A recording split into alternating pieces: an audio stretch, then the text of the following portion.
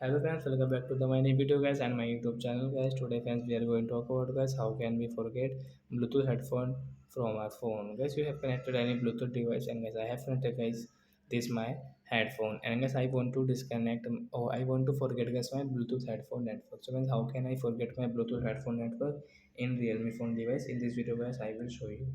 So first of all guys open your phone setting to forget guys your Bluetooth headphone device network.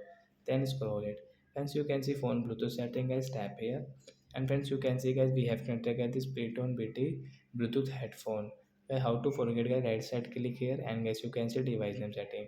So guys you want to change guys your headphone device name you can change from here guys I will not change.